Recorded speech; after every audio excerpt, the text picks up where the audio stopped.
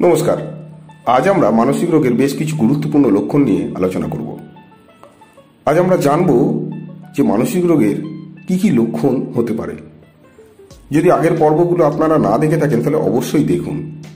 উপরে আই বাটনে ক্লিক করতে পারেন অথবা ডিসক্রিপশনেতে আমি লিঙ্ক দিয়ে দেব। কিছু গুরুত্বপূর্ণ লক্ষণ আমরা এখানেতে রিপিট করেছি বোঝার সুবিধার্থে, কারণ সেই লক্ষণগুলো ছাড়া আপনারা বুঝতে পারবেন না মানসিক রোগের লক্ষণগুলো পরপর কিভাবে আসে।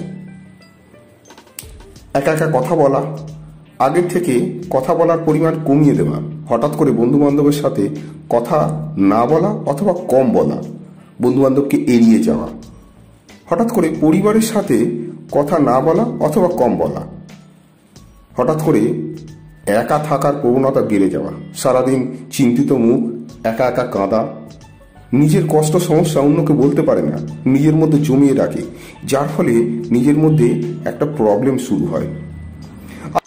আরও অন্যান্য লক্ষণগুলো সম্পর্কে আমরা জানব, কিন্তু জানার আগে আমার অনুরোধ রইল চ্যানেলটিকে সাবস্ক্রাইব করার জন্য, কারণ আমি এখানে বিভিন্ন মানসিক রোগের সমস্যা, লক্ষণ এবং তার চিকিৎসা সম্পর্কে আলোচনা করি। এছাড়া শিশুদের মানসিক বিকাশ নিয়ে আলোচনা করে থাকি। ধন্যবাদ। আমার বেঁচে থাকতে ভালো লাগে না, আমার মরে গেলেই ভালো হয়, সুসাইড করার কথা বলা, সুসাইড করার কথা চিন্তা করা অথবা ভাবা অথবা চেষ্টা করা, এই ধরনের কথাবার্তা কেউ যদি বলে তাহলে সতর্ক হন।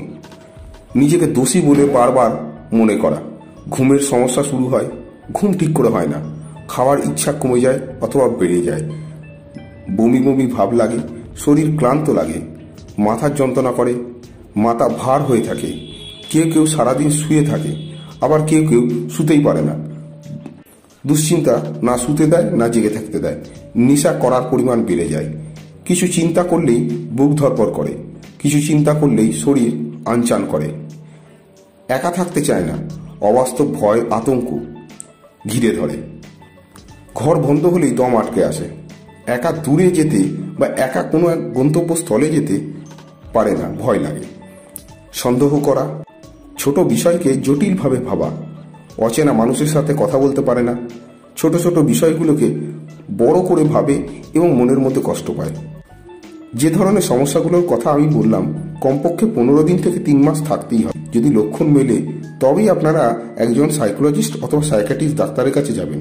উনি সিদ্ধান্ত নেবেন আপনার মানসিক রোগ হয়েছে না হয়নি। ধন্যবাদ।